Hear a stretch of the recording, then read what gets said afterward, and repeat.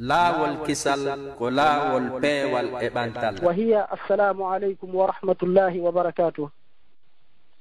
aray ɓaawo mi yettude Allah subhanahu wa ta'ala mi juula e annabijo makko Muhammad sallallahu alayhi wa sallam wa ala alihi wa man tabi'ahu bi ihsanin ila yawmi ddin. mi salmina on go salminago l'islam ɗum ko assalamu aleykum wa rahmatullahi wa barakatuh. haray yewtere men nden hannde o yewtere fi jikku jewurɗo moƴƴude jikkuji kifaji ɗi tawata ɗum fi ɓuri suɓaɓe ɓen suɓaɓe suutaɓe ɓen ko ɗum woni jikku inneteɗo on al isar. al isar ko suɓagol Allah ma ɗum suɓagol nulaɗo Allah on faale maɓɓe on ma ɗum suɓagol munki en isar ko nde suɓotoɗa ardina goɗɗo goo mo hina an enkimaki e hunde nde tawata iɗa yiɗinde hato jini e may ɗum ɗo noon ko wawata wonde o suɓa e hoore mum e hoore wonki munkin ɗum ko wawata wonde e geɓal jeyaɗe e geɓe aduna hara kadi fandarne ko fandare sariya ko fi Allah wonɗa waɗirde konko waɗɗa ɗum wona dey wi'ugol wonde koya suɓo musidɗo ka nder diina ardinamo e hoore ma ka diina o woye sen hewti ɗo ɗum ɗo ko duwaɗa wiwde ko lan yasbiqani ila allahi ahad goto duwa kala artade ka Allah si tawi ko ittugol wano sadaka hiɗa mari ñamete hiɗa weela musidɗo ma ɓen no weela ardinaɓe muññoɗa ƴetta ñamete on jonnaɓe si tawi kilfagol wonki arata e mum kono innugol joni nde moƴƴere ɗi baraji ɗo mi ardinikkane en ɗon ɓenna ko on bo ittata sadaka o inna joni koto kaari onon ittane en ɗon o sadaka ɗo haray ɗi baraji ɗo joni tigi tigi on a sartuka ala nafsi fi hada o woye nanon al imam Qurtubiyu rahimahullah kamɓe ɓe maaki ɓeni ko woni ko ardingol mo hina an e hoore wonki maaki e geɓe aduna yankoje hara kadi ko rerɗande fi heɓoygol geɓe dina yankoje geɓe laahara donc waɗirɗa ko fi siki mi muññoto woni ka aduna ɗo mi ardinama e hoore an i hon ɗum fi yon joddi ɗum ɗon joddi muñal an ngal ñande darngal mi heɓoya place towuɗo daraja mawnuɗo ka Allah subhanahu wa ta'ala. kanko imamul Qurtubiyu rahimahullah o inni ɗum ɗo noon ko wonata wawata fuɗɗade fina e tiiɗugol pellital e tabitugol jiggol e muññagol e hoore sonja e hoore tampereji kono ɗum ɗo firi wawata waɗude isar wawata ɓurnude goɗɗo go e hoore wonki munkin fina tiiɗuɗo pellital wonde Allah ko kanko woni arsikowo goma Allah ma indakum yanfad wa ma inda Allahi baq ko wuɗɗo ɗon kon lannay ko woni kon e juuɗe Allah ɗum ɗon koko heddoto ɗum hara kadi ko goɗɗinɗo o hadis nelaɗo ɗo sul malakain ka malaika haɓɓendi ɗo arata ɗon ɓe inna allahumma aati munfiqa oya kadi allahumma aati mumsikan talafa Allah jonnu kala dépense ɗo kala nafɗo kala ittuɗo sadaka ma zakka jonnumo lontinanmo ka jawdi makko waɗanamo barke mayri kala tamuɗo ronki hokkude ma ronki ɓurnude heddi ɓen ma ronki dépensude ma zakka Allah jonnumo tilfare jawdi tilfu jawdi makko ɗi bonnudi si tawi goɗɗo hino pellital makko ngal no tiiɗi mo andi kala ko o jonni o hettoya ñande darngal wonde ɗum na ko bonata noon wonde Allah dankanoyto muɗum ha ɗum wona pelle oɗo o hulata ɓurnugol goɗɗo e hoore makko sahabaɓe rasulullahi ɓen sallllahu alayhi wa sallam ɓe famuno ɗum ɗo ansariyankoɓɓe kamɓe ɓe famuno ɗum ɗo tawi ɓe wonde yaqin ha Allah mantiɓe ka alquran makko subhanahu wa ta'ala o daali ويؤثرون على أنفسهم ولو كان بهم خصاصة ɓeeɗo ɓe ɓurnayno musidɓe maɓɓe muhajirina ɓen e hoore wonkiji maɓɓe ɗin hayti tawi hiɓe haton jini tallet hiɓe haton jini en woloyay sifaaji ansariyankoɓe ɓen e sifaaji sahabaɓe nulaaɗo ɓen sallllahu alayhi wa sallam e sifaaji nulaaɗo e ngal e o jikku mo inneten ɗo al isar ɓurnugol okkugol hino jeeya kadi wawata kadi waɗude o jikku mo inneten isar sina fellituɗo giggol sina marɗo giggol a ɓurni wo neɗɗo mo yiɗuɗa e hoore ma ko goɗɗo hiɗa yiɗi mo wonɗa ɓurnude on e hoore ma ɗum hiɗa yiɗi weltingol Allah subhanahu wa ta'ala on hiɗa yiɗi Allah e nulaaɗo makko ɓuri ɗa kon hoore waɗira fi maɓɓe ko ma taw giggol hino ɗo si ɓurna goɗɗo e hoore ma no jeeya e mum kadi waawugol muñalgol tiiɗugol muñal neɗɗo mo muññaaki wata wadde ko ente kon isar neɗɗo mo suusa reedu wata wadde ko ente kon isar neɗɗo mo mara muru'a mo maramo baya isar imam ibnul qayyim rahimahullah kanko o maaki o inni al isaru darajat ko ente kon isar ɓurnugol goɗɗo e hoore wonki munki hino mayi darajaji no ɓurdi hino jeeya e mum an tu'sira al khalqa ala nafsik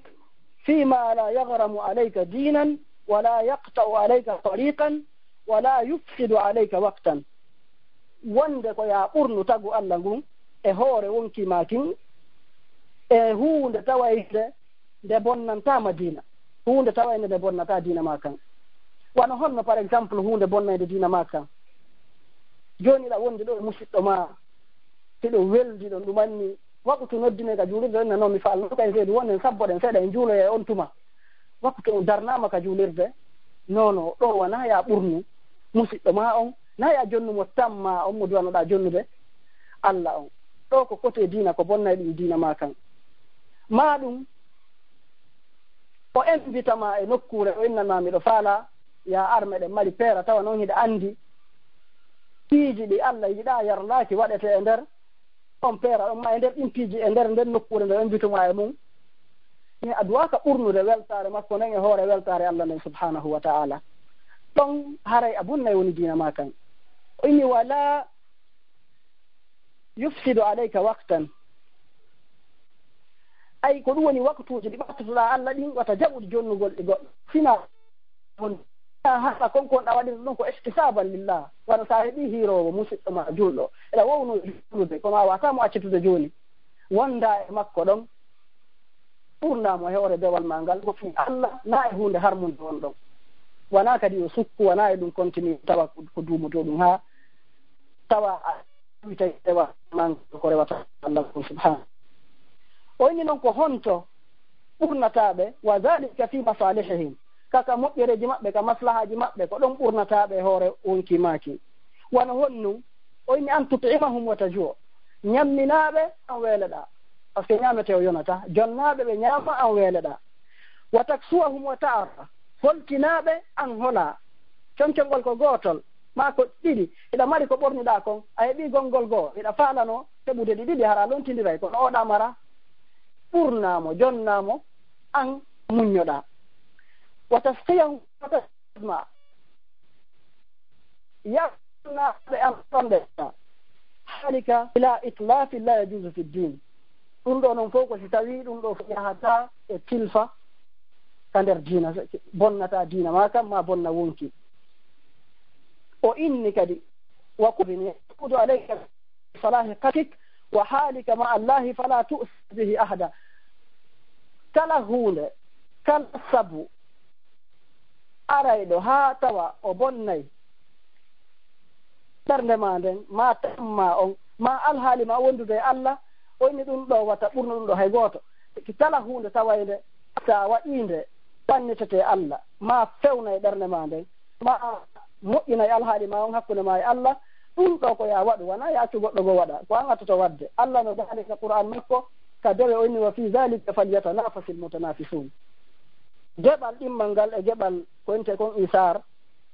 woni ko isaru ridallahi ala rida hayri ko weltingol Allah suɓagol yarluye Allah on e hoore yarluye mo hina Allah e hoore yarluye wonki maki an suɓoɗa yarluye Allah on e hoore yarluye ma on suɓoɗa ko welata Allah kon e hoore ko welata wonki maki kon ɗum ɗo kadi ko isaru innete oɗo noon daraja ko hunde mawnude ni ɗum ɗo ko tawata tigi tigi ko annaba en pet e nulaɓe ɓen ɗum ɗo timmata e mum o façon ɗo ko kamɓe pet wawi timminde o degré ɗo yimɓe ɓen hino ɓurta mo be wono andirɓe ɗon iman ko ɓeydoto ɗum ɗiito mo be embere iman mum mo be embere iman mum joni noon annabaɓen salawatullahi wa salamuhu alayhim kamɓe pet ɗum ɗo timmata e mum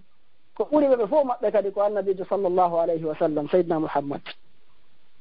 en daaray ɗo e nder ko mi woni yewtude kon mi adday suwar mbaadiji e isaru nabi sallllahu alayhi wa sallam o nelaɗo kañum ɓurnayno welaye Allah on e hoore welaye makko on kanko sallllahu alayhi wa sallam nelaɗo sallllahu alayhi wa sallam ay o nulaama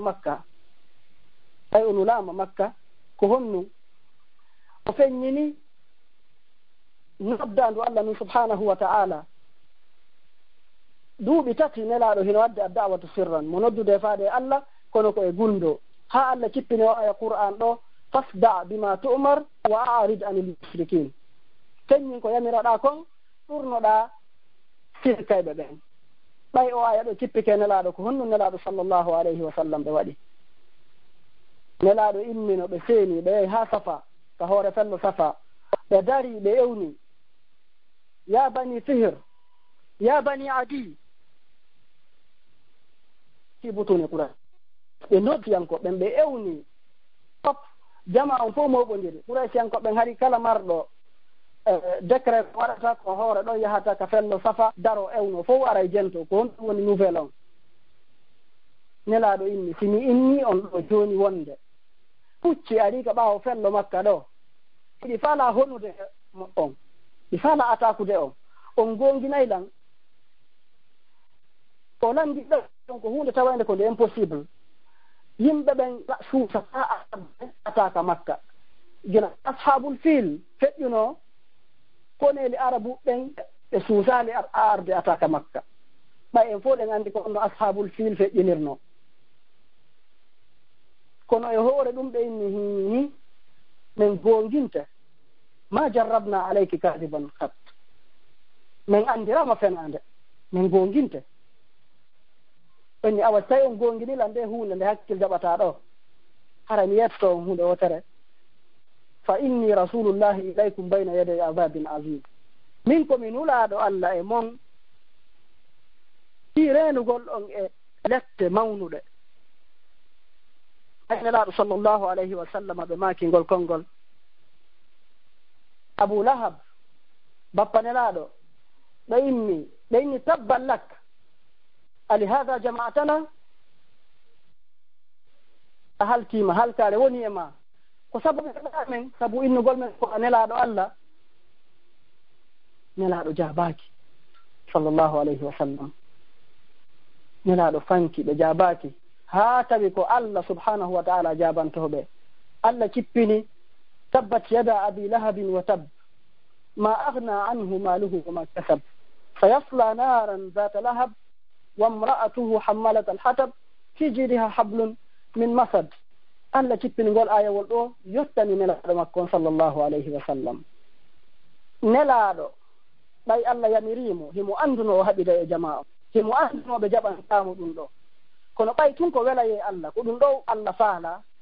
hay si tawi jama'a o monoto hay si tawi o yennete hay si tawi hunde o heɓa piiji ɗin de fof majji kono ko ma o yottina ko Allah subhanahu wa ta'ala nelimo kon si ɗum ɗo ɗum annike miɗo ara e yewtere ɗo wonde Allah subhanahu wa ta'ala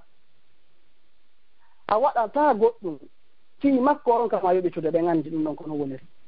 a darota ko darande hoyneɗa fi Allah subhanahu wa ta'ala sina Allah darnete darande nde tedditeɗa e mum koko aduna ɗo foti koko lahara a darota ko darande nde hoyneteɗa e mum ka aduna ɗo sina Allah darnete darande teddinteɗa e mum foti ko adna ɗo foti ko kalahara subhanahu wa ta'ala. nelaɗo sallllahu alayhi wa sallam Anas bin Malik no filli o inni o ñande fatahu makka min arno min naati makka tawi nelaɗo no wondi e ɓuri guluji temedere nden ñande fatahu makka. nelaɗo ari ƴawi dari ka hoore fello safa. Anas inni wo tawi miɗo dari takko nelaɗo sallllahu alayhi wa sallam o inni mi ndaari yeeso am maddal basar, mi ndaariri ɓaawo am maddal basar, mi ndaariri ka ñaamo maddal basar hattirde gite, mi ndaariri ka nano am hattirde gite. ɗum fof ko yimɓe no heewi tew no waɗi cok. laawol kisal ko laawol nelaɗo tawi no dari ñande fatahu makka. nelaɗo ɓay ndaari jama'a ɓe uggini ɓe inni allahu akbar, allahu akbar, la ilaha illa allah, nasara abdah wa sadaqa wa'dah wa a'azza jundah wa nasara al-ahzaba wahdah wa hazama al-ahzaba wahdah. nelaɗo habbiri ɓe inni reweteɗo ala sina allah o walli jiyaɗo makko on, o gongi ni fodore makko nden, o lanci koneli ɗin kanko tun subhanahu wa ta'ala. nelaɗo manditi anditi ñande gore ɓe darino ɗon ɓe inna tabballak e hoore ngon fello. hande ɓe daro ɗon ɓe woora ɗittiji ɗo ɓenna jaha alhaqu wa zahaqa albatil inna albatila kana zahuqa. tawa hay gooto fop ko gongin ɗum ɓe ñande go ɓe fennano ɗon ɓe yenna. hande ɓeeɗo guluji temedere fop hino gomɗini ɓe, hino teddini ɓe, hino yiɗi ɓe, hino waawi ɓe renirde wonki mum ɗin. so ñiwi ɗon en aɗay kadi nelaɗo sallllahu alayhi wa sallam makka ko ɓe onno makka ɓay ɓe feññini ɗum ɗo, ɓe feññini noddanu ɗum, letteji fuɗɗike wadde hoore maɓɓe e soñdia kamɓe wonɓe gomɗindeɓe ɓen. ñande goore ɓay Quraysiyankoɓe maapike hulani reweteɗi mum ɗin ɓe moɓoninoɓe fof maɓɓe ɓe artini e hoore maɓɓe Utba. ɓe inni mahinka bappa nelaɗo yiiden e o suka yewtiden e makko anden ko honnugo faala ko faala o waɗanen mo. Quraysiyankoɓe ɓe inni ɓe ari ka bappa nelaɗo sallllahu alayhi wa sallam ɗum ko Abu Talib. ɓe inni ɓe faala yewtude e Muhammad sallllahu alayhi wa sallam. nelaɗo yalti ɓe inni wayo Abu Talib a neɗɗo teddina e amen ko a mawɗo amen ɓeɗe teddinma en falaka probléme hakkudeji en ino sukma Muhammad sallllahu alayhi wa sallam landano men mo ko addi ɗo e gol men rew Allah har men accito remji amen ɗin. si tawi ko laamu o faala men lamminamo hoore amen men lammina o makka. si tawi ko jawdi o faala men moɓe jawdi amen ɓen ha o ɓura fof jawdi makka ɗo. si ko rewɓe o faala o ndaa ɗum kaymo citu ko da Muhammad anani ko yimɓe ma ɓe wola ma haray tigi jaɓu goɗɗum e mum ɓuttinana en. tawi kadi ɓe ni so tawi kadi ko jinna nangimo min addanaymo ñawdoɓe jinna ɓen ɓe ñawdamo tigi. ɓay Abu Talib inni nelaɗo ɗo yo ndaaru o suɓo ɗon goɗɗum o ɓuttinana ɓe wenni mi nawyi mi ronki. nelaɗo wulli sallllahu alayhi wa sallam ɓe hulli ɓe inni wallahi ya am law wada'u shamsa fi yamini wal qamara ala yasari ala an atruka hadha al amru ma taraktuhu hatta yudhhirahu llahu aw ahlaka duna. ɓeyni ko ayo bappa mi wondiri Allah taguɗo lango si tawi ɓe ƴettina ngem ɓe waɗi ka ñaamo an ɗo ɓe ƴetti hewru ɗum ɓe waɗi ka nano an fiyo mi accitu noddugol fii laawol diina Allah ɓantugol konkol Allah ngol ka hoɗe leydi ɗo mi accata haa Allah feññina diina mum kan ma ɗum mi maaya ado ɗum kono mi accata. e hino ɗon elaɗo sallllahu alayhi wa sallam na jawdi o faala jawdi ari tawi ko jawdi laamu ari tawi ko laamu rewɓe ali tawi ko rewɓe kono yarlu e Allah on hino ɓuranimo ɗiɗɗo ɗi fof majji ñande goore ndaare awto ɗum ɗo hande Allah ko honnum nelaɗo woni ala ko hombo mari laamu ɓuri nelaɗo sallllahu alayhi wa sallam so aduna ɗon taw ay nder saare ɗon o inni o faalaka nde Allah jonnomo Madina o woni lanɗo fayda o laani tawi ko kanko wi'ata ko kanko yamirta ko kanko haɗata après ɗum ɗon Allah uddanimo Makka tawi Makka kadi ko diina makko kan e yamiroje makko ɗen e haɗoje makko ɗen ko ɗum waɗata kadi Makka ɓawto ɗum jazira al jazira al arabia péninsule arabique islamique o fof makko ɓe jokki hande ko honto woni diina Allah kan ala ko honto woni noddintake inni ashhadu an la ilaha illallah wa ashhadu anna muhammadan rasulullah ko saare honte woni inde nelaɗo nden ewnetake e hoore mum imo andi wonde laamu makka hari ko laamu ko taafiɗo ɗum yeeso yarluye Allah si Allah yarlani si Allah yiɗima yarlike ma ko waɗantama kon hay goto watama waɗande sifa ɗum ɗon ko noon kadi waɗi si Allah monanike ma a ñima lette makko ɗen hay goto wata lettude sifa majje ten iwiɗo kadi sallllahu alayhi wa sallam tan ko nelaɗo aren joni amul husne hitande suno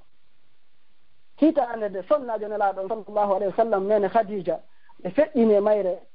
Abu Talib bappa makko ɓe feƴƴini tawi ko sabu ɓeeɗo heferaɓe ɓen haɗayno tampinirgol nelaɗo tampinandeji feƴƴituɗi goo ɓay noon ɓeeɗo ɗiɗo feƴƴini hande kadi lette heferaɓe ɓen e hoore nelaɗo e wondi makko ɓen ɓeyditi kadi ɗuuɗi ha woni sonja ha nelaɗo yalti Makka ɓe seeni gante ɗon Taif nelaɗo seeni Taif ɓe ari Taif ɓe huni laawol e hoore kohoɓe Taif ɓen hino e hoore maɓɓe Abdou Yalil ɓe inni ɓe mi ari noddugol ɗon faade e laawol diina Allah hara on rewali fina kanko hara on firkanali mo hay goto tawi on jaɓanilan ɗum ɗo fa biha tawi on jaɓaɗi werno heɓa ɗum yettinira diina ko Allah yamirilan kon can ɓe ɗon tato ɓe jalinelaɗo sallllahu alayhi wa sallam goɗɗo on inni ene Allah ronku mo nela sina an Allah ronku mo nela sina an ɗimmo inni si tawi ko a nelaɗo Allah hara ñinni see ko yayi conci suudu Kaaba ndun ma ɗum e riwaya goo inni see kay conci an ɗi mi haylora ni si tawi Allah nelima an andi ko ɗum woni ko fenande mi gonginali tammo inni si tawi min on mi tuggatama haala ɓawto hande aduna fi hon noon si tawi ko a nelaɗo Allah soobe sotte haray fiima on no mawni ha ka tawata sifa an tuggete haala si tawi noon a fenay woni e hoore Allah haray min mi yewtidata e fenowo e hoore Allah nelaɗo ndaari ɓe ha ɓe maaki si tawi on gomɗinali lan haray joni surrelan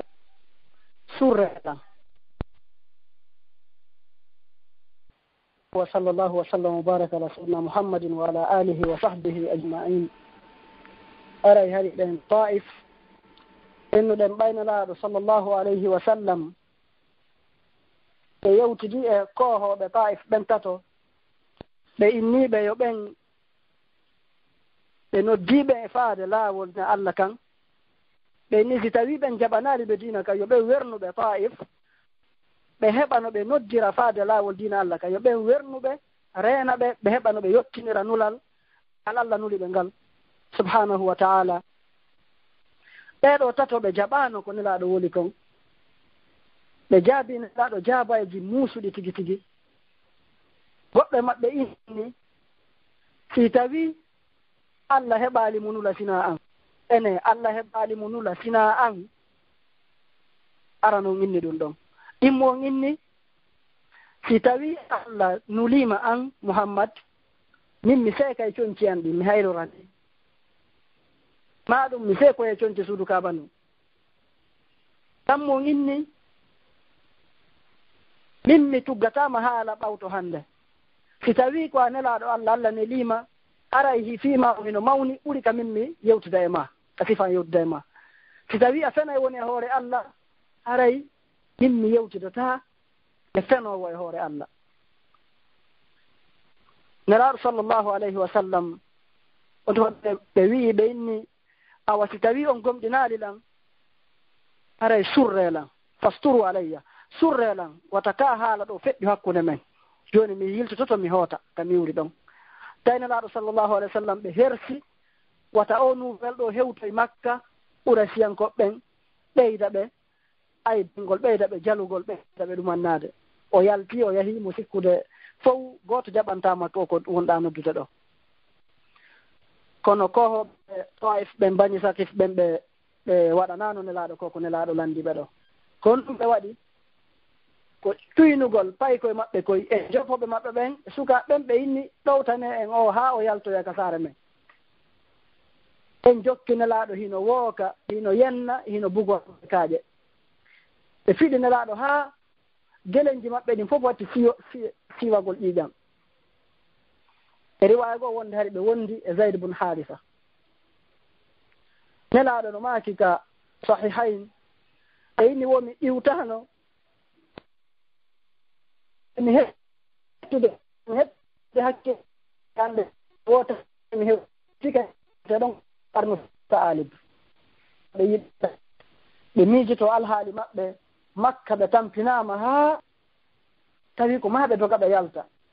ɓe yahi Taif ka ɓe nayno kawraɓe maɓɓe no ton ɗon kadi e hino ɗo ko ɓe heeɓi kon joni ko maɓe yiltito Makka kadi ko ɗo nelaaɗo sallllahu alayhi wa sallam du'i du'a maɓɓe lolluɓe on nelaaɗo fewti la taguɗo ɓe on ɓe maaki allahumma rabbal mustadafin wa rabbi ila man takiluni ila aduwin yatajahamuni am ila da'ifin mallaktahu amri in lam yakun bika ghadabun alayya fala ubali in lam yakun bika ghadabun alayya fala ubali e hino ɗo o inni Allah ko anyo jeyɗo lo'inaɓe ko anyo jeyɗo lammin kadi haa ko e lowɗo ko lowɗo halfinɗa fiyan on si tawi analan a monanakilan haray mi haajaka min ko yarluye ma on woni ko mi ɗaɓɓi kon Allah si tawi a monanakilan si tawi ɗum ɗo fof nde tampere nde noon heɓude ɗo fof tawi nafini ɗo bonni haraɗa monanilan haray mi haajaka yo Allah masha ɗum ɗon way wakko sha'ir jo'inino kon فليتك تحلو الحياة معي وليتك ترضى وتنام رضاه وليت الذي بيني وبين وكل الذي فوق التراب تراب شاعر جوم إني يلا الله هدا welto hay so tawi an hiɗa wela hay so tawi gurdam ɗam fof mettay an ya welu tun an ya welto tun hay so tawi gurdam an ɗam fof mettay yarli si an a yarloto hay so tawi tagge fo ngon fof monantolan si an haraɗa weltanilan arani ha jaka yarli hara ko woni hakkunde an kon e ma ino tokki hara hakkunde an e jiyaɓe ɓen no taƴi Allah si tawi hiɗa yiɗilan hiɗa weltanilan haray mi yonni ko sabu kala ko woni ka hoore leydi ɗo kala ko woni ka hoore ndi mbullaari kadi wontata ka ɗum ɗon kadi nelaaɗo ko ɗum waɗi ɓe inni nden ñande in lam yakun bika ghadabun alayya fala ubali Allah si tawi a monanakilan a seytanalan haray ha ko yarluye ma on pet mi ɗaɓɓi sallallahu alayhi wa sallam itaade tampere Allah weltiniri nelaaɗo makko on ƴawnugol mo ka asama ko nde hitaande ɗo woni amul isra wal mi'raj ƴawnimo ka asama hollimo maandeji bawgal Allah e ayaji Allah mawnuda ɗen kono andirɗen noon ka surat an-najm. ɓawto ɗum kadi ɓe bani Saqif e sattude noppi ɓay fatahu Makka on feƴƴi uddita ɗen fuɗɗike ɓe immino ɓe yahi kamɓe tigi ɓe wanno dental ɓe yahi ha Madina jaɓoygol ko nelaɗo wi ko ma kamɓe tigi ɓe ara o arno kam maɓɓe ɓe raɗimo hay joni ko ma ɓe yintoto ɓe yara ha ka nelaɗo Madina ɓe yeyodira e makko ɓe gomɗinamo ko yettoɓe sariyaji makko ɗin ɓe waɗaɗi kadi ɗi qissaji ɗi mi woni wolude ɗo mi alaɗi wolude tun fi wolugol qissa ko mi woni ɗi wolugol ko fi honnon ko fi Allah daali subhanahu wa ta'ala laqad kana lakum fi rasulillahi uswatun hasana wodani on inulaɗo Allah on ñentinal moƴƴal ko fiye waw ñentingol ko fiyen waw andude wonde ɗum ɗo hino waɗa nelaɗo waɗi nelaɗo noon yen ñembinmo yen nandintino e makko to sakki kono yen eɓɓu yen essayi yen waɗo enen kadi ɗum so yiwi ɗon aray ka hijra nelaɗo sallllahu alayhi wa sallam nelaɗo en andiɗo ko yarluye Allah no ɓuranimo yarluye makko yarluye Allah no ɓuranimo laamu no ɓuranimo jawdi no ɓuranimo piiji ɗin fof kono est ce que yarluye Allah no ɓuranimo leydi makko ndi ɓay Allah subhanahu wa ta'ala o yamiri nelaɗo ferugol iwgol Makka yaha seeno Madina nelaɗo ɓay seeno ri Aboubacry ha ɓe yalti Madina e darino ka hoore pelle Makka ɓaawo Madina ɓe ndaari Makka ɓe ndaari saare Makka nden ɓe wulli ɓe wi'i wallahi ɓe yewtude Makka nelaɗo no daari hoore fello ino wolande saare mum nden saare ka ɓe heɓa ɓe janɗi ɗon ɓeni wallahi innaki la ahabbul biladi ilayi mi wondiri Allah taeɗen fof ko an ɓuura yiɗede kanko anmi ɓuuri yiɗude an Makka walawla anna ahlaki akhrajuni minki lama harajte sinano tawde yimɓe ma ɓe yaltinilan e nder ma mi yaltatano tare dey nelaɗo no wolande Makka ɗum ɗo no andini en wonde nelaɗo har no yiɗuno Makka ha Allah cippini aya Qur'an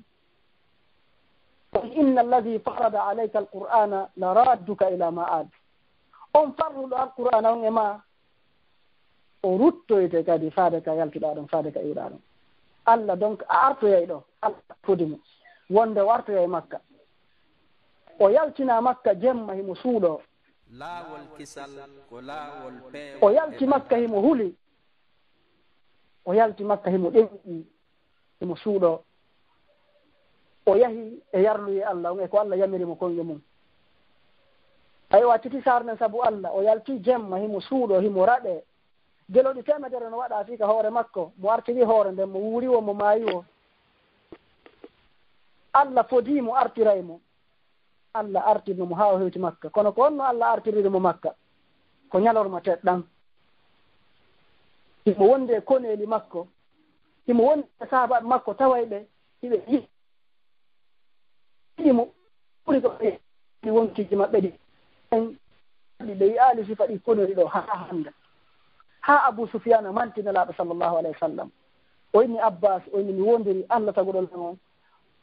tina ɓiɗɗo musidɗo ma on ɓiɗɗo musidɗo ma on heeɓi laamu mawnugo Allah teddi nelaɗo gol mo Makka ɓay o arti ko honɗum o waɗi ɓay nelaɗo hewti ka suudu Kaaba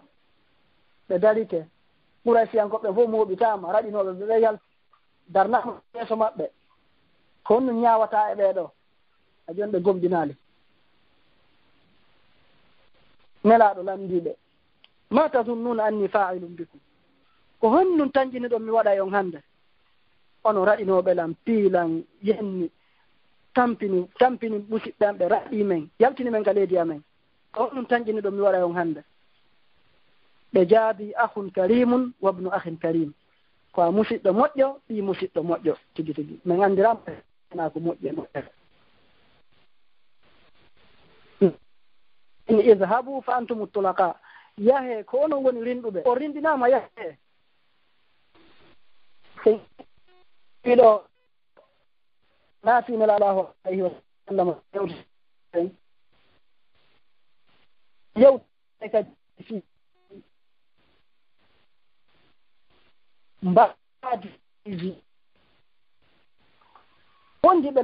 Aboubacry ɓayno laaɓe Aboubacry ɓe naatika nder fammera saw nam ɓayɓe ari ɓe naatika nder fammere ɓe suuɗike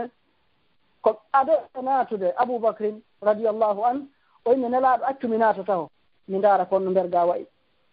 fammere to tawata kulle façon ji fof hino e mum o naati o uddi jolɗe ɗen fof nder ton o feeki conci makko ɗin o udda jolɗe ɗen haa heddi jolɗe ɗiɗi o fawi koye teppe makko ɗen eɗen budde ɗon ɗiɗi oni nelaaɗo naati nder ga woni amen nelaaɗo naati ɓe jooɗodi ɗon haa nelaaɗo ngoni awli ka hoore buse kanko Aboubacry nelaaɗo huyli ɗaani e nder ko nelaaɗo ɗaani kon kullum fiɗi Aboubacry woɓɓe ni ko mboddi soppi mo mboddi wonnoli ka nder ngayka ka o tippi ɗon teppere makko nin fiita goɗɗum yaltu ɗon sakko ɗum tigi tampinanulaaɗo hay fii ɗum tigi soppimo ma fiɗimo o ittaali koye makko ngal o fuɗɗi diwnude lakkere makko ne ƴaari o wulli haa gonɗi makko ɗin siɓti e hoore nulaaɗo nelaaɗo fini ɓeyni koli jang ɓeyni goɗɗum ngatiila e nelaaɗo ndaare ɓurnugol nelaaɗo kala ko fekkiti kam hino ka nder yo heɓa min kono ara heɓaali nelaaɗo ka laawol hijira ko ɓe ferayno ko ɓe yahayno Aboubacry feetuɗo anndino saa jigo o yaara yeeso nelaaɗo saa jigo o yaara ɓaawo nelaaɗo seeɗa saa jigo ka nano ka ñaamo o tabita nokku ngoto naɓe honno ɗawa nelaaɗo ulo taw goɗɗo wallum hawra ɓoowi o iwri ɗon hara koye makko hawrata si gon fello wontiri ɓaawo o yaara ɓaawo nelaaɗo hara si goɗɗum iwri ton koye makko hawrata ko noon woniri ko ni ɓeeɗo yiɗirno nelaaɗo sallam ɓe yiɗi Allah e nulaaɗo mum on e hoore ɗum fi maɓɓe fi sen ndaari won Umar bun al-Khattab radiyallahu anhu tawi mo annduno ɗum ɗo Umar ɓay o laamike radiyallahu tawi julɓe yoɓete saaye Seydina Umar tawi julɓe yoɓete tawi julɓe no ɓurdi sabu ɗugol valeur ji maɓɓe ɗin donc joddi ko julɓe ɓe yoɓete kon Madina sekondo laamu Umar o ɓurdi wono ɓurdugol valeur ji maɓɓe ɗin silmugol maɓɓe ɗum batti silmude ko hombo tawa Badr ko hombo non al-ashara mubashirina bil janna si waɗi ɗo nela Seydina Umar o jonna Usamata Zayd buuɗi coggu lewru ɓurɗo ɗuuɗude di ko jonnata kon Abdullah ibn Umar geɗal makko on kanko ha Abdullah ibn Umar wulliti baba en ko honnin jonnanta Usama ibnu Zayd ɓuri ko jonnata kon e hinole komin gore o ɗumannaki o yahani jihaade hay goto mum yahani d'ailleurs mi yahi piiji goɗi o kanko haali inelaaɗo yiltimi senna wandaari ɓiɗɗo mum on ha ɓen ko sabu nelaaɗo Allah hino yiɗi mo ɓuri ko yiɗuma kon no nelaaɗo yiɗirno noon baaben makko ɓuri no yiɗiri baaben ma no donc nelaaɗo no yiɗi mo ɓuruma ko ɗum waɗi mi jonna e mo coggu lewru ɗum ɓuruɗo ɓuru komi jonnata ma kon an ɓiɗɗo on ndaarete ko giggol nelaaɗo ngol woni feetirde gol nelaaɗo ngol woni wi ɗon e ndaare wono o ista Saad ibn Rabi'a Saad ibn Rabi' o ansariyankejo ɓay nelaaɗo Allahu alayhi wa sallam e muhajirina ɓe ari Madina hono nelaaɗo atti waɗude ko weljingol hakkunde eɓuɓe ɓen e hakkunde ta kamɓe Madina ɓen at-ta'akhi bayna al-muhajirin wal ansar ɓe weldindini ɓe ha Abdourahman bun Awf radiyallahu an nelaaɗo weldindini mo e sahabajo ansariyankejo inneteɗo Saad ibn Rabi'a tawi noon Saad ibn Rabi ko jeeyaɗo e ɓurɓe marde jawdi e nder Madina ɓay nelaaɗo weldindinimo e Abdourahman bun Awf o ƴetti Abdourahman bun Awf mo weldi o naɓori ko ka suudu o joɗɗini mo woni ko ayo musidɗo an on ka diina miɗo mari galleji ɗiɗi mi okkima galle an gooto miɗo mari jardin ji ɗiɗi mi okkima jardin an gooto miɗo mari sonnaɓe ɗiɗo ndaaru e hakkunde maɓɓe kamɓe ɗo ɗiɗo ɗum a welude wo mi feera mo ƴettamo e hino ɗo ko ɗum ɗo ɓe janna ko ɗum ɗo nelaaɗo marɗo sifa o jikku mo woluɗen ɗa suɓiiɗo Allah yalruyi Allah o ɗo ko sifa ɓeeɗo yimɓe tafata ko sifa ɓeeɗo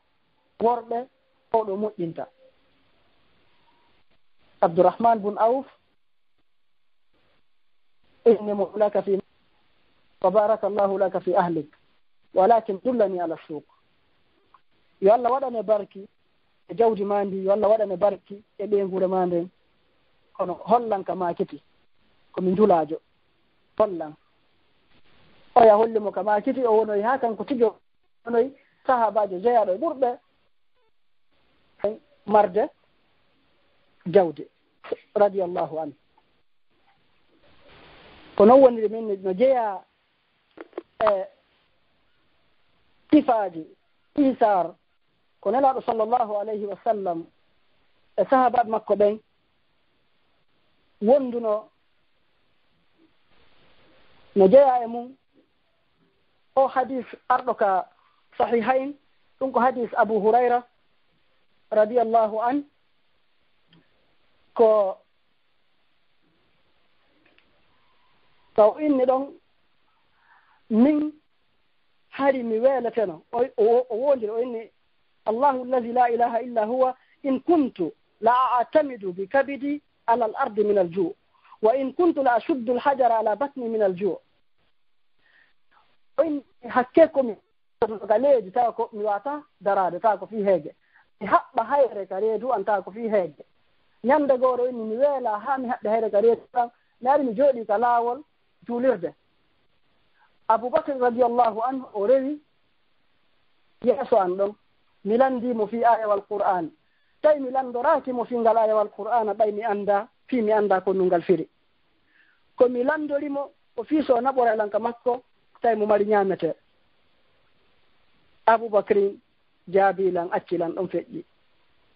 on tuma neɓaari Aboul Qasim ari rasulullah sallllahu alayhi wa sallam nelaaɗo rewi ɓe haynilan tun ɓe anndi ko diga ɓernde an nelaaɗo muusi on tuma nelaaɗo innilan ya abahir ilhaq abahir jokkan Abu Hurayra jokki nelaaɗo ɓe haa ɓe hewti ka galle maɓɓe ɓe landi so ñaamete hino ka suudu toon sonnaajo nelaaɗo go sallllahu alayhi wa sallam maaki kaariijo hino neldi on ɗo kosan nelaaɗo inni hontoɗa woni ɓe addi kosan ɗan Abu Hurayra ndaari kosan ɗan welti mi heɓii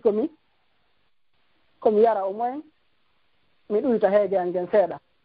on tuma nelaaɗo inni mo abahir o inni naam ɓen yahuga juulirde noddanalan ahlu suffa Abu Hurayra inni woka ɓernde an ɗum ɗon mettilan ko honno ahlu suffa e kopi hum kosan e fedande kosan marsata hiɓe ɗuuɗi pandi e fof kadi ko weelaaɓe o inni wo kono tawi ko ma mi ɗofto nelaaɗo sallllahu alayhi wa sallam o immi ga juulirde o noddo e ahlu suffa ɓe inni ɓe ari nelaaɗo Abu Hurayra ƴettu kosan ɗan o inni yarnuɓe o jonna oɗo on ɗo yara haa ɗon ɗita yara haa o feƴƴina hikkire ɗon on haa ɓe fof maɓɓe ɓe yari kosan ɗan haa jooni no heddi wano ɗan arduno noon ɗan ɗuytaaki tawi mo ŋalɗi on tuma ɓay heddike kanko tun nelaaɗo ndaari mo kadi ɓe muusi ɓeni jooni heddike enen ɗiɗo o inni hi nelaaɗo Allah heddike enen ɗiɗo nelaaɗo inni mo yaru o yari nelaaɗo inni yaru o yari o inni nelaaɗo seeraali no inna yaru haa mi inni nelaaɗo mi mara place mi ɗon ɗitimi mi wata yarde hannde kadi on tuma nelaaɗo sallllahu alayhi wa sallam ɓe yari ko heddi kon ɓe ndaari ko heddi kon ka nder kopi ka nder fedande ɓe yari ɗum ɗon kamɓe sallllahu alayhi wa sallam ɗum ɗo ko mu'jiza jeyaɗo mu'jisaji e nelaaɗo sallllahu alayhi wa sallam okka saaba maɓɓe ɓen ɗum ɗo ɓe jangi ɓe ekkiti haa are hadis wonde sahabajo go neldano hoore dammol o ndaari hoore len ha oyni o belajo hara kaarijo tawtaljo men kaarijo hara himo weela ɓuri en himo hatojini ɗum ɓuri ko enen hatojinɗen ko memmu o ƴetti hoore len o naɓi o neldi musidɗo makko on ɗon kadi wooɗi sifa ko wooɗi kon ƴetti nden neldi hikkide ɗon on hoore nden e nder jemma gooto nde hayli e nder cuuɗi jeeɗiɗi nde artoyi ka suudu ka nde yaltuno ɗon arano goɗɗo maɓɓe addi hoore nden neldimo o ŋalɗi ko kanko attino yaltinde nden hoore ɓeeɗo ko ni nelaaɗo sallllahu alayhi wa sallam moƴƴinirnoɓe ko ɗum waɗi tawi ɓe waaway daranaade ka diina ɗo ɓe waaway daranaade ka diina Allah ɗo haa ka hewta ka hewti en ɗo hannde yo Allah yarloɓe ko mi woni wolde ɗo mi wooli laawi buy wonande isar surtout ɓurnugol Allah e yarluye Allah hoore yarluye mum e ɓurnugol musidɓe mum ɓen e hoore mum en anndi issa o koɗo mo nelaaɗo heɓuno sallllahu alayhi wa sallam tawɓe mara ñaamete ka suudu maɓɓe e yehi ka juulirde ɓeyni ko hombo wernantalan ko hombo wondantalan e koɗo an ɗo hannde jemma sahabajo goo inni ko min nelaaɗo o ƴetti koɗo on o yaadi ka makko ka suudu makko o yehi o yiɗi e ɓeegu makko o inni ene ñaamete no woodi debbo makko on inni ñaamete ala sina ñaamete fay koy koy o inni ok addu ñaamete fay koy koy o addi o inni yahu wallitoɗa en haa fay koy koy ɗaano sonnajo yehi waɗi ɗum haa fay koy koy ɗaani après on no fay koy koy ɗaanike o jooɗode koɗo makko on o ɓanni ñaamete on o inni ñaame o inni tawi o soondike ɓeegu makko so fuɗɗi ñaamude yo on perjitu lampun kunkun ɗaano debbo o waɗi ɗum koɗo on hino nokka hino ñaama hino sikkude oya kadi no ñaamude kaka niwre debbo on hino gerude no huɓɓinira ndaygu kono o huɓɓinta ko noon ɓe woniri haa koɗo on tun ñaamiñirnin haa o haari ɓay sahabajo mbindinen ñande o yehi e juuɗe no nelaaɗo maaki Allah jali golle maaɗen an e ɓeegu ma hanki jemma Allah jali golle maaɗen an e ɓeegu ma hanki jemma donc ɓeeɗo sahabaɓe ridwanullahi alayhim ɓeeɗo ko ni wuurno o qissaji tummi woni addude mbaadiji tummi woni addude en ndaari yumma fatima radiallahu anha geɗal nelaaɗo sallllahu alayhi wa sallam ari hadis wonde ñande goore alhassan maɗum alhusain nawnuno o foti o inni si tawi Allah ndikki boobo an on mi hooranaymo balɗe tati o waɗi nasre mi hooranaymo balɗe tati Allah ndikkini nawnuɗo on yumma fatima fuɗɗi hoorugol nasre mo o waɗi Allah on hande o yaha o golloya ka yahudiyanko en mottugol hottollo ɓe okkimo koɗum tew waɗa ñaamete yo moƴƴi ñaamete ɗon haa ka futoro hewti ka huntete ɗon ne ɓaali miskino ari ɗon hino toro ko mbo korsalam fi Allah weelaaɗo miskino miɗo weela mo fatima ndaari miskino on kamɓe ɓe hoori ɓe ñalli gollude fiyo ɓe heɓu on ñaamete ɗon yumma fatima ƴetti ñaamete on jonni miskino on ɓenni yahu ɓe huntori ndiyam weeti ñallal ɗimmal ngal hiɓe hoori kadi ñallal ɗimmal ngal donc ɓe huntaki na huntagol na sullagol hiɓe hoori ñallal ɗimmal ngal kadi ɓe yahi ka yankojon ɓe golli kadi mottugol hottollo haa ɓe gayni gonɗe maɓɓe ɗen ɓe yoɓa ñaamete ɓe ari kadi ɓe préparé on ñaamete ɗon kadi ka takko futuro ko ɓe hewti ka huntete ɗon alyatimajo ari hino toro hino inna okko e alyatimajo nene fatima ƴetti ñaamete maɓɓe on immu jonni o ajo ɓenni yo yahu tammu on kadi même chose dahanoɗo e dahaɓe julɓe ɓen mo heferaɓe ɓen nanguno sotti arti tawi joni perdi ala hunde on ari tori ɓe tati ɓe ñamali nene Fatima ƴetti ñamete maɓɓe on huntari maɓɓe nin kadi nden ñande andimo Allah cippini aya qur'ana janteteɗo ha ñande dargal yufuna bin nadre wa yakhafuna yawman kana sharruhu mustatira wa yut'imuna at-ta'ama ala hubbihi miskin wa yatim wa asira Allah inni hiɓe hunna nadre hiɓe fodi Allah ɓe hunnay hiɓe hula ñallal tiɗungal bone Allah daari kadi ɓe ñammina ñamete ɓe ñammina miskino ɓe ñammina alyatimajo ɓe ñammina dahaɗo tawi ɓen indiɓe albarka ɓenna honnum innama nut'imukum liwajhillah komin wo ko fi Allah jazaa'ura min faalaka e juuɗe mon joddi min faalaka e juuɗe mon darnugol inna nakhafu min rabbina yawman aqamtarira nene ko ñande darngal men huuɗi nden ñande men huuɗi ko ɗum ɗon mapine men ɓeɗo ko ni Allah ko wonnum inni joddi maɓɓe ndin waqahum llahu sharra zalika alyawmi wa laqahum nadratan wa surura Allah dandi ngal ñallal ñande darngal wa laqahum o jonni ɓe nadratan wa surura wa jazahum bima sabaru jannatan wa harira haka ayeje ɗen hakki ɗon ɗum ɗo woni joddi ɓurnowo Allah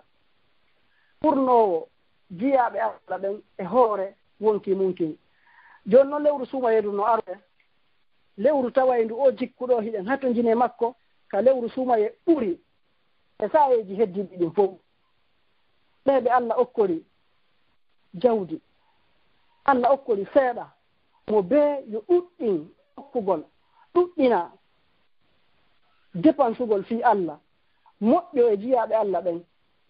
sela beleɗeji faaleji wonki munkin fop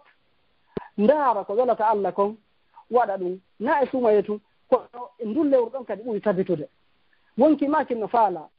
wonkikin ko yamirayki ko boni kono ya ndaaru wonde Allah hino añi nden hunde ɗon Allah no haɗuma nden hunde ɗon reenoɗa o tigi waɗo muññaade hoora hara julɗo tewaki ñaami suumaye fii tun honnu fii sahawu reedu makko ɗum ma sahawu farju makko on ɗaduwa ɓurnude yarluye Allah on e weleɗe Allah ɗen e ɗoftaare Allah nden e hoore faale reedu ma ɗum e faale farju ma on o tigi anda kadi wonde koko dépensata fop Allah lontinanaymo Allah accirta o tigi nina woni ko oti woni waɗude ko fi Allah woni waɗude Allah lontinanaymo barkina waɗanamo barki e jawdi makko nin ka aduna ɗo yoɓoyamo ɗum ɗon ka ñande darngal andita wonde koko ɗaɓɓata ɗo hande ɓaha ronka dépensude ma ɗum koko ɗaɓɓirta ɗo hande no ɗaɓɓirɗa o Allah landitoytomo fi ɗum ɗo nelaɗo sallallah ah sallam ɓe maaki hadis maɓɓe lan tazala qadama abdin yawma alqiyama hatta yus'ala an arba teppe neɗɗo sottata ñande dargal ha o lande piiji nayyi an shababihi fima ablah cukaku makko ngun ko honnum o hiɓɓinigu na gurdam makko ɗan koye honnum o lanni ɗan wa an malihi min ayna iktasabahu wa fima anfaqa jawdi makko nin ko honto ittindi ko honto o dépensindi wa an ilmihi maga amira bi e gandal makko ngal ko honno o golliri gandal ko Allah jonnimo kon sen andi ɗum ɗo en amata dépensugol jawdi ko Allah okkori kon hay musidɓe julɓe ko ɗum minta lewru sumaydu arde wattu ndaaren golleji wowɗoɗen wadde ɗi e golleji moƴƴi ɓerɗi bonɗi hande jaɓegol ma jaɓugol gonne moƴƴe ko sagol ɗigol moƴƴe ɓaawo ɗo ma derugol ɓe gonne moƴƴe ko sagol laali golle moƴƴe ɓaawoɗen golle moƴƴe ɗe waɗa donc suma yen geɗen haa jaɓaɗen mum geɗen haa ara en fuɗɗitaaki piiji ɗi accuɗoɗen ɗi mbaaw أقول قولي هذا وأستغفر الله العظيم لي ولكم أستغفروه سبحانه الله وبركاته لا والكسل كلا والبي والإبانتل